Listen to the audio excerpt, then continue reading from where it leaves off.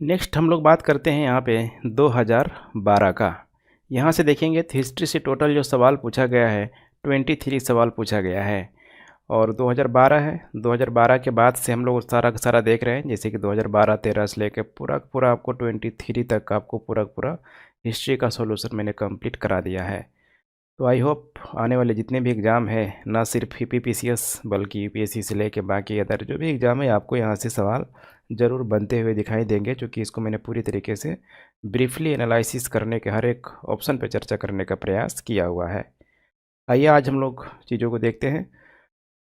सूची 1 को सूची 2 से सुमेलित करना है। सूची 1 के अंतर्गत देखा जाए तो हड़प्पा स्थल है और वहीं सूची 2 के अंतर्गत देखा जाए तो स्थान को यहाँ पे शामिल किया गया है। जैसे कि काफ़ी फेमस स्थान है यहाँ पे मांडा। मांडा कहाँ आपको देखने के लिए मिल जाएगा वर्तमान में? जम्मू कश्मीर में। तो देखिए जम्मू कश्मीर तो सबको पता है कि हड़प्पा काल का सबसे उत्तरी जो क्षेत्र था वहीं तक फैला हुआ था, लेकिन अब प्रश्नों को नए तरीके से बनाया जा सकता है अगर इसको हम लोग ज्योग्राफी से लिंक कर दें और ये पूछा जाए कि मांडा वर्तमान में किस रेंज में पड़ती है? Karakoram range, Pir Panjal range, Dholavira range, ठीक है। तो ऐसे भी प्रश्न को बनाया जा सकता है और यहाँ पे मांडा जो है आपको देखने के लिए मिल जाएगा, क्योंकि जम्मू में प्रॉपर स्थित है तो ये हो जाएगा पीर पंजाल में, पीर पंजाल रेंज में। नदी भी पूछा जा सकता है, मांडा किस नदी के किनारे है? तो जो चिनाब जो नदी है, चिनाब नदी के बिल्कुल ही दाहिने किनारे पर यह स्थित है। उसके बाद है यहाँ पे नेक्स्ट यहाँ पे दायमाबाद। देखिए दायमाबाद का रोल काफ़ी इंपॉर्टेंट है हड़प्पा सभ्यता के लिए। यहाँ पे दक्षिण का सबसे, ठीक है, या फिर दक्षिणतम बिंदु यही है हड़प्पा काल का दायमाबाद, ठीक है, दायमाबाद। और इसका इम्पोर्टेंस आप इसी से लगा सकते हैं कि इसे अभी तक 3 बार इसकी यहाँ पे भारतीय पुरातात्विक सर्वेक्षण विभाग के द्वारा इसकी खुदाई कराई जा चुकी है, उत्खनन करवाया जा चुका है 3 टाइम्स। उसके बाद है यहाँ पे कालीबंगा। कालीबंगा का संबंध हो जाएगा यहाँ पे राजस्थान। राजस्थान में एक नदी है जो कि लुप्त हो चुकी है, एक नहीं दो नदी है। एक तो सरस्वती नदी हो जाएगा, सप्तसंध्य वाला जो प्रदेश हुआ करता था ऋग वैदिक काल के दौरान, एक सरस्वती नदी है और एक यहाँ पे द्रसदौती नदी है, द्रसदौती नदी है। तो इसी नदी के किनारे आपको देखने के लिए मिल जाएगा कालीबंगा। वर्तमान में भी लुप्त हो चुकी है, लेकिन माना जाता है कि द्रसदौती जो नदी है जो सरस्वती नदी है और यमुना नदी के बीचों से बहती थी, उन्हें उसके बीच से बहती थी, ठीक है, द्रसदौती नदी कालीबंगा में। उसके बाद यहाँ पे राखीगढ़ का संबंध यहाँ पे हो जाएगा हरियाणा में। यहाँ पे एक मैदान है हकरा नदी का, जो मैदान है घग्गर हकरा नदी भी बोला जाता है, उसी के किनारे स्थित है। तो करेक्ट उत्तर हो जाएगा ए का 3 और बी का 4। देख पा रहे हैं यहाँ पे सी हो जाएगा। नेक्स्ट यहाँ पे सूची 1 को सूची 2 से यहाँ पे भी सुमेलित करना है और मेरे ख्याल से काफ़ी आसान है। इसे तो आप लोग आसानी से इजली मैच कर सकते हैं। जैसे कि अगर कुभा आपको नहीं भी पता है, जो कि पता होना ही चाहिए, तो बाकी को भी तो आप मैच कर सकते हैं। जैसे परुष्णी का संबंध किससे हो जाएगा? देखिए रावी नदी से। सदानीरा गंडक से, जो कि बिहार में बहती है।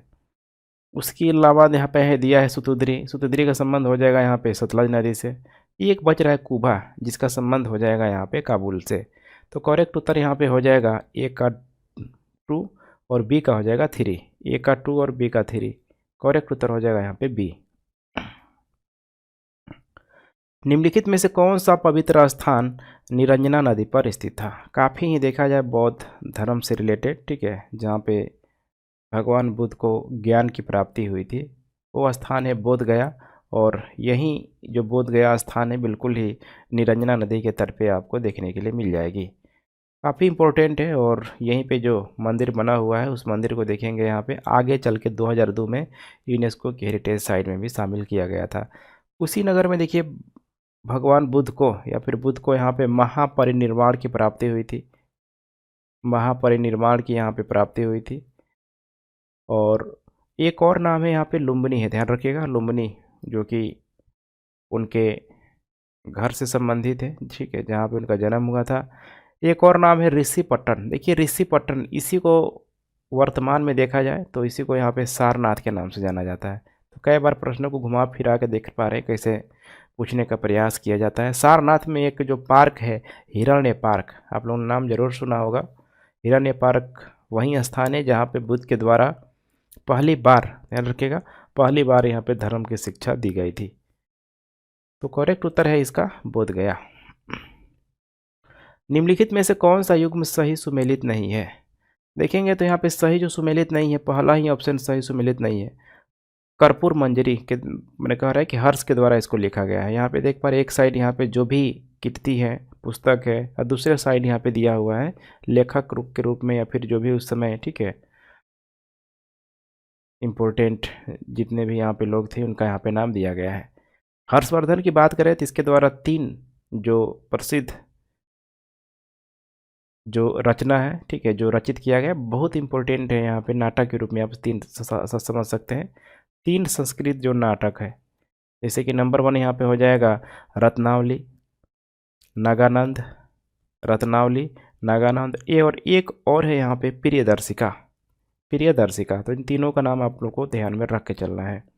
अब देखेंगे यहाँ पे दूसरा है यहाँ पे, ठीक है, दूसरे साइड यहाँ पे दिया हुआ है कर्पूर मंजरी। देखिए कर्पूर जो मंजरी है ये भी शानदार, ठीक है, रचना है।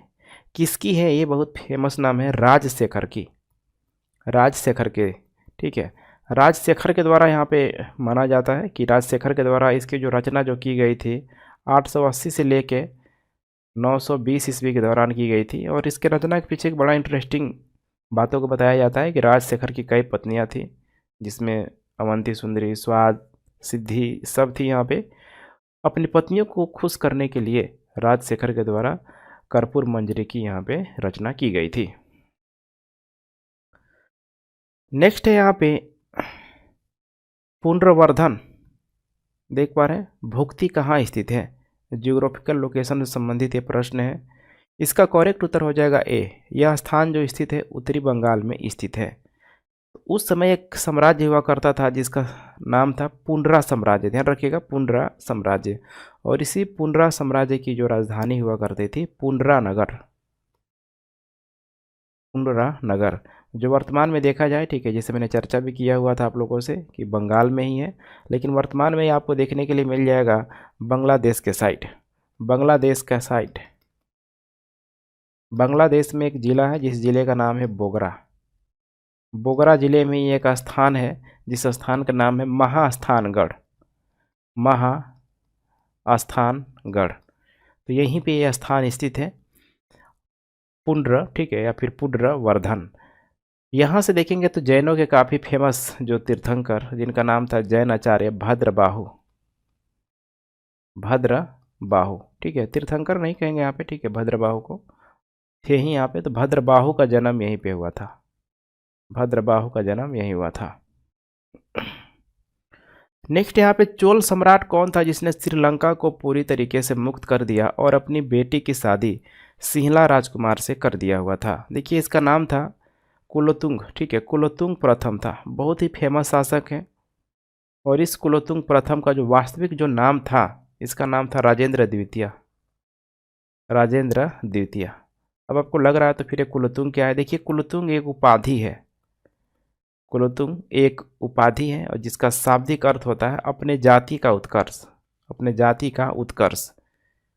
देखिए हुआ क्या था, देखिए कुलोतुंग जो प्रथम था, ध्यान रखिएगा, कुलोतुंग जो प्रथम था ये चालुक्य वंश का राजकुमार था, चालुक्य वंश का राजकुमार था। और इसका पिता का नाम था राज राजा नरेंद्र, नरेंद्र।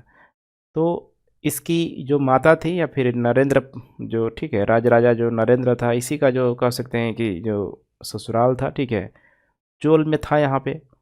लेकिन वहाँ पे समस्या होगी चालुक्यों में और फिर चोलों में, देखेंगे आगे चल के समस्या होगी। पहले इस तरह की समस्या चलती रहती थी और फाइनली यहाँ पे इसके द्वारा, कुलोतुंग प्रथम के द्वारा यहाँ पे चोलों पे कंट्रोल कर लिया गया, चोलों पे यहाँ पे कंट्रोल कर लिया गया, चोल शासक के बन गया। और चोल शासक बनने के बाद से कई सारा इसने काम किया जिसमें श्रीलंका को पूरी तरीके से मुक्त कर दिया, अपनी बेटी की शादी सिंहला राजकुमार से कर दी।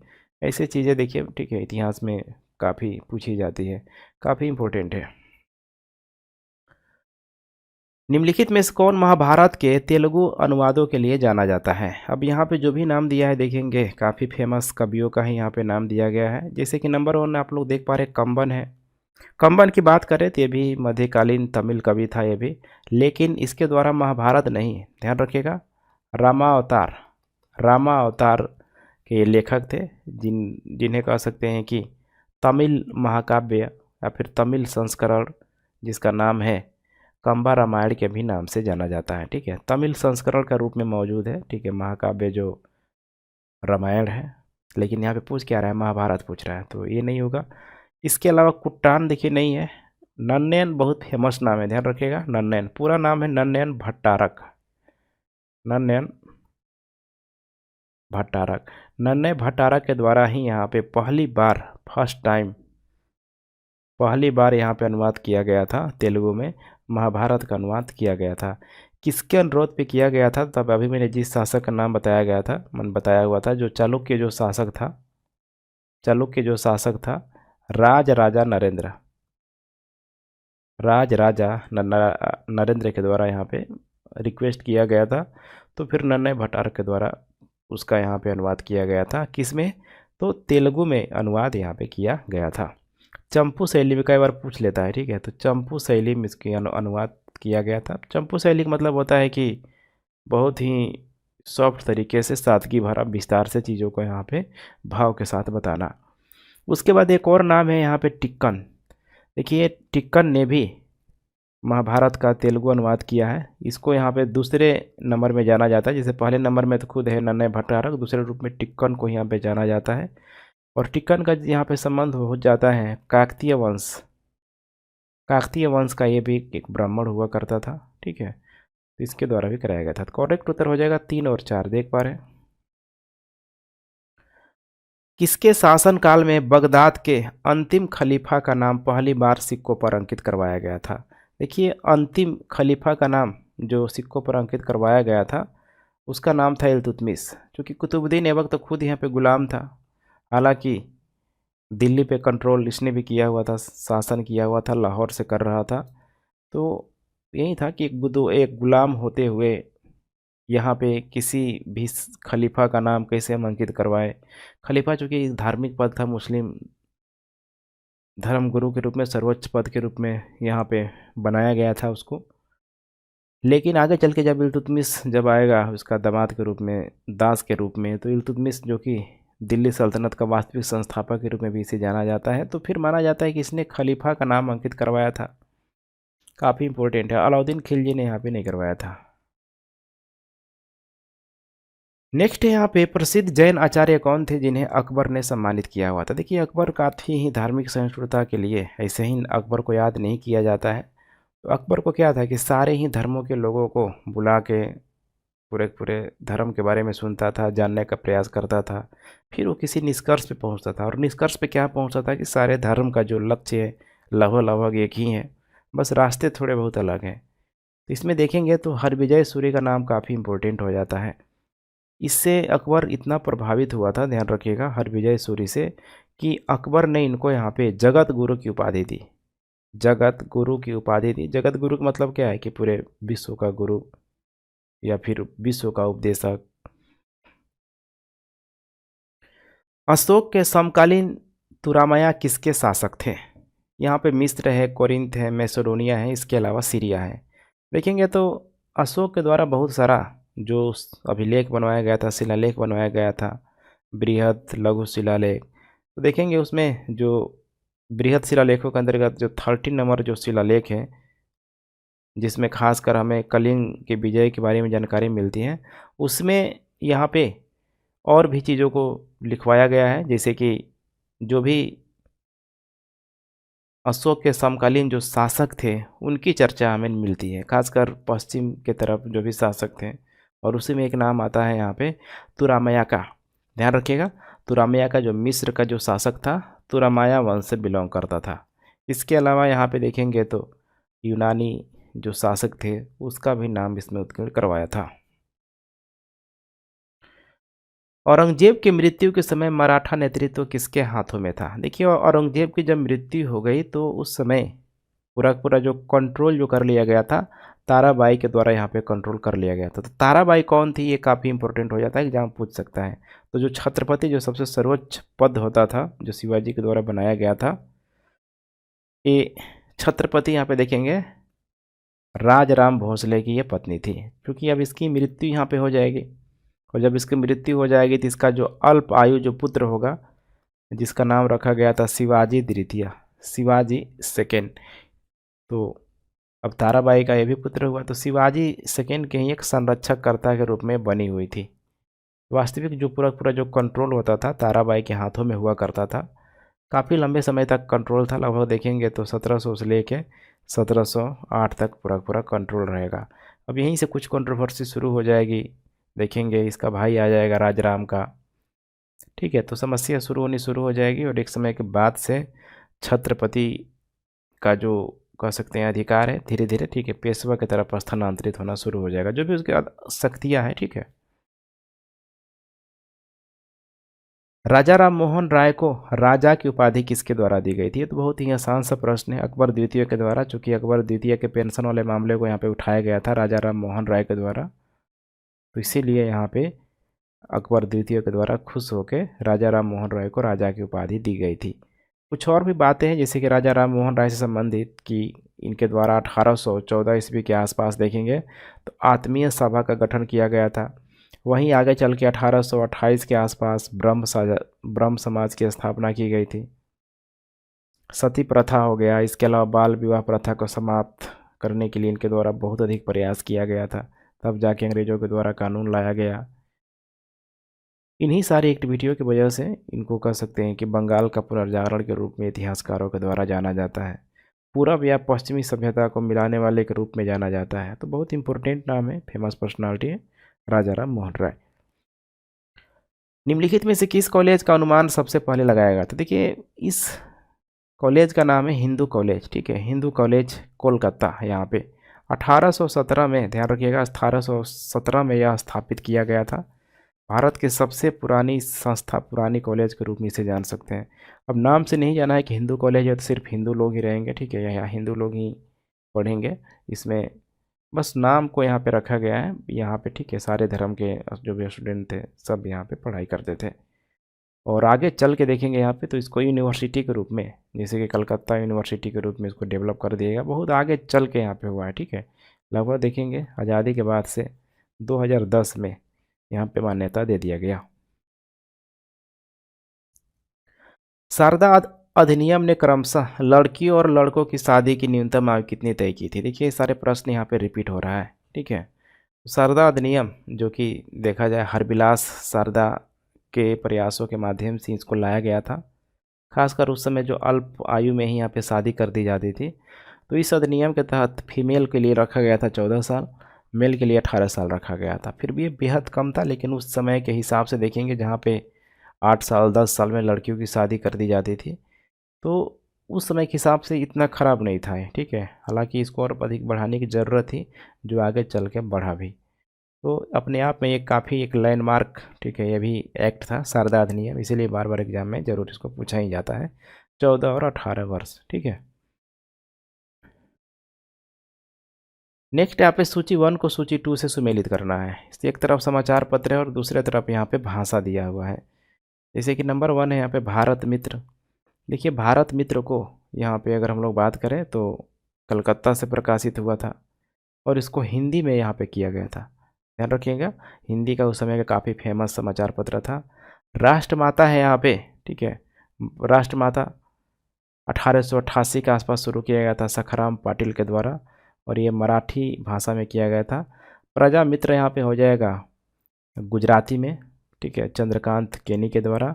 और लास्ट में हो जाएगा यहाँ पे नायक बंगाली में, ध्यान रखिएगा, बंगाली में साहू चतुर्थ के द्वारा। ए का हो जाएगा 3 और बी का हो जाएगा 4, ऐसा एक ही ऑप्शन है, करेक्ट उत्तर हो जाएगा यहाँ पे सी। निम्नलिखित में से कौन जहांगीर के चित्रकार थे?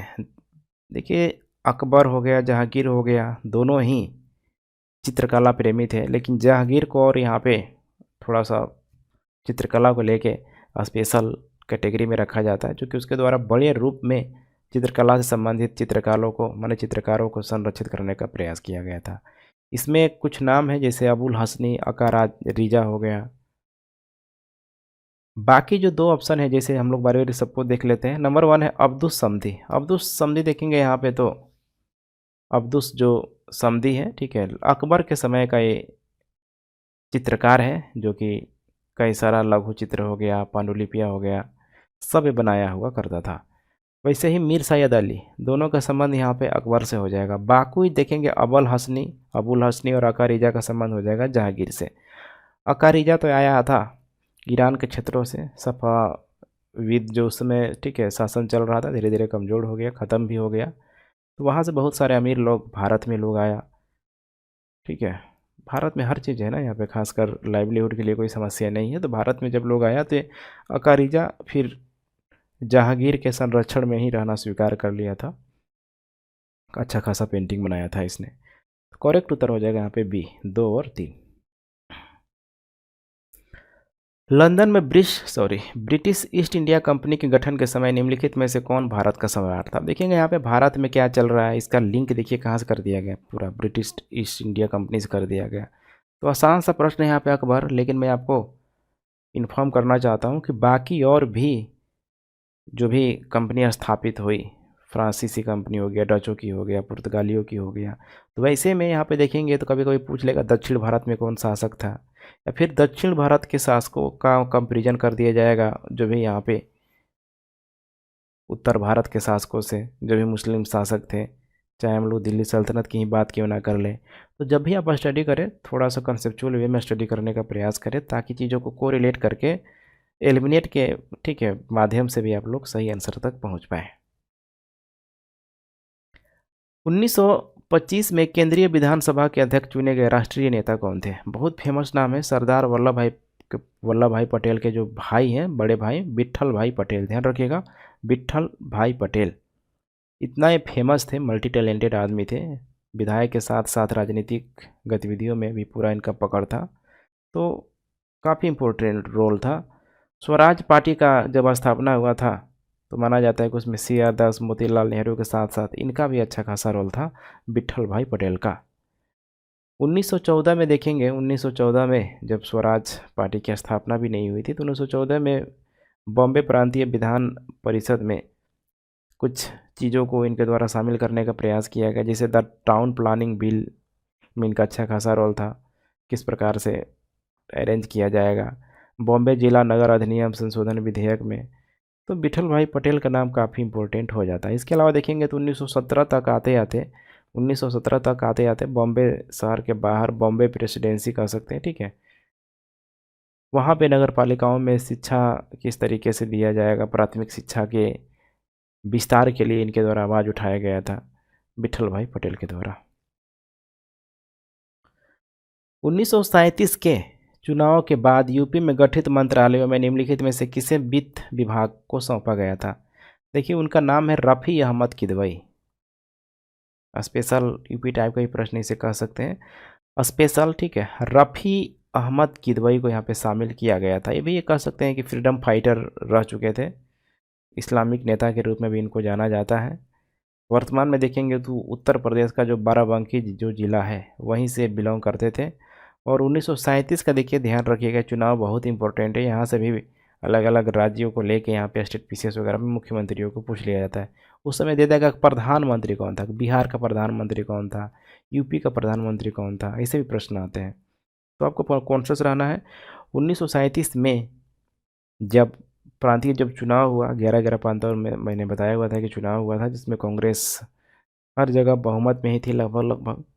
तो इनको यहाँ पे उस समय रफ़ी अहमद किदवई को वित्त विभाग सौंपा गया था, जो काफ़ी इम्पोर्टेंट पोर्टफोलियो पद है यहाँ पे। आगे चल के यहाँ पे देखेंगे 1956 में, खासकर आज़ादी के बाद से यहाँ पे ICAR, ध्यान रखिएगा, ICAR पुरस्कार इनके नाम से दिया जाने लगा। साल में 2 बार दिया जाता है ICAR पुरस्कार, ICAR, ठीक है, भारतीय कृषि अनुसंधान परिषद, काफ़ी इम्पोर्टेंट है। नेक्स्ट है यहाँ पे कांग्रेस अध्यक्ष है और दूसरे तरफ यहाँ पे सत्र का स्थान दिया हुआ था। ये तो बहुत आसान सा प्रश्न पूछ लिया, जनरली आप लोगों को पता ही होगा। जैसे कि M.A. अंसारी की बात की जाती है तो ये हो जाएगा किससे, डॉक्टर M.A. अंसारी का जो है लगभग मेरे ख्याल से 1927 में इनके द्वारा अधिवेशन की अध्यक्षता की गई थी। कहाँ की गई थी तो ध्यान रखिएगा, नासिक में की गई थी, ठीक है, नासिक नहीं होगा, मद्रास में होगा। पुरुषोत्तम टंडन के द्वारा यहाँ पे हो जाएगा नासिक में। सरोजनी नायडू तो शान है कानपुर में, सुभाष चंद्र बोस है हरिपुर में। तो ऊपर का नहीं जानते तो सरोजिनी नायडू और सुभाष चंद्र बोस, ये तो इतना फेमस है कि जनरली हर एक स्टूडेंट को क्लियर रहता है, तो आसानी से एलिमिनेट भी कर सकते हैं। जैसे देख पा रहे हैं, सी का 2 और बी का 1, सी का 2 और बी का 1, ऐसा एक ही ऑप्शन है। देख पा रहे हैं, करेक्ट उत्तर यहाँ पे सी ही निकल के आ रहा है। किस अधिनियम ने पहली बार भारतीयों के लिए अपने देश के प्रशासन में कुछ हिस्सा लेना संभव बनाया होता? देखिए 1857 की जो क्रांति थी, अपने आप में एक बहुत बड़ा परिवर्तन लाया। अंग्रेजों को समझ में आ गया कि अब हो ना हो, एक तो हस्तक्षेप की नीति को नहीं अपनाना है और धीरे धीरे अपने राजनीतिक प्रशासनिक गतियों में इन भारतीयों को शामिल भी करना है। शासन प्रशासन हर जगह यहाँ पे, लेकिन धीरे धीरे करना है। तो 1858 में तो नहीं हो पाया था इंस्टेंट, यहाँ पे इस एक्ट को लाया गया था। भारत परिषद अधिनियम 1861 में देखेंगे तो पहली बार यहाँ पे, ठीक है, देश के प्रशासन में कुछ हिस्सा लेना संभव बनाया हुआ था। बहुत इम्पोर्टेंट है, मतलब प्रशासन में कुछ हिस्सा लेना संभव बनाया हुआ था। कुछ सदस्यों की संख्या इसमें बढ़ाई गई थी, 5वां सदस्य यहाँ पे जोड़ा गया था, जो भी पोर्टफोलियो होता था, गृह हो गया है कि नहीं, गृह विभाग हो गया, कानून, राजस्व, वित्त, सब जगह यहाँ पे आपको देखने के लिए मिलेगा। इसके अलावा देखेंगे तो उस समय जो गवर्नर जनरल था, कैनिंग ही था यहाँ पे, वायसराय जो कि अब हो चुका है, उसी के द्वारा यहाँ पे पोर्टफोलियो प्रणाली की शुरुआत की गई थी। पूरा एक डिपार्टमेंट ही यहाँ पे दिया जाने लगा। हालांकि बहुत ही लिमिटेड सीट थी इसमें, लेकिन फिर भी किया तो गया, कम से कम थोड़े बहुत अधिकार देने का प्रयास जरूर किया गया। प्रथम विश्व युद्ध के दौरान राजा महेंद्र प्रताप के अध्यक्ष के रूप में भारत की एक अस्थायी सरकार कहाँ स्थापित की गई? देखिए 2 प्रश्न बनता है, आनंद फानन में गलत कर देते हैं आप लोग। सिंगापुर भी दिया हुआ है, तो लगेगा कि जब भी अस्थायी सरकार बनी थी सुभाष चंद्र बोस के नेतृत्व में सिंगापुर में ही की गई थी। लेकिन देखिए प्रथम विश्व युद्ध के दौरान भी हुआ था इसी तरह की एक्टिविटी अफगानिस्तान में। अफगानिस्तान में देखेंगे तो चूँकि ऑलरेडी 2 अंग्ल अफगानिस्तान यहाँ पे हो चुका था, और अफगानिस्तान के जो भी अमीर थे वे लोग भी अंग्रेज़ों से चिढ़े हुए थे। अंग्रेज़ों की समस्या थी कि ये भारत का जो उत्तर पश्चिम का जो भाग है अफगानिस्तान, खैबर अदला ले लीजिए, बेलंदरा ले लीजिए, ठीक है, पूरी तरीके से सुरक्षित नहीं थे। जैसे कि इधर आपको हिमालय वाला देखने के लिए मिलेगा, प्राकृतिक जो भी बाउंड्री है। उस समय डर तो था ही कि जार कहीं अटैक ना कर दे, रूस का जारशाही व्यवस्था। आगे आगे चल के देखेंगे तो बोल्शेविकों का धीरे धीरे कंट्रोल होने लगेगा, तो कनेक्टिविटी तो था ही ना सोवियत रूस से, देखेंगे पूरा। तो ये सबसे बड़ी समस्या थी। इसीलिए यहाँ पे देखेंगे जो महेंद्र प्रताप के अध्यक्ष में यहाँ पे देखेंगे तो प्रथम विश्व युद्ध के दौरान एक अस्थायी सरकार के लिए बताया गया कि जो भी अंग्रेज़ों का दुश्मन है, जैसे कि रूस हो गया, खुद अफ़गानिस्तान के यहाँ पे अमीर हो गए, चीन भी था, अंग्रेज़ों ने वहाँ पे भी चीनियों के नाक में दम करके रखा हुआ था, जापान हो गया था, तो इनके सहयोग से क्या करना है, तो भारत को पूरी तरीके से स्वतंत्र करना है। यही था उस समय का मामला। इसमें देखेंगे तो कुछ और इम्पोर्टेंट नाम पूछ लिया जाता है। अस्थायी सरकार में देखेंगे यहाँ पे तो खुद यहाँ पे महेंद्र जो प्रताप हैं, इनको यहाँ पे ध्यान रखिएगा, महेंद्र प्रताप को यहाँ पे खुद देखेंगे तो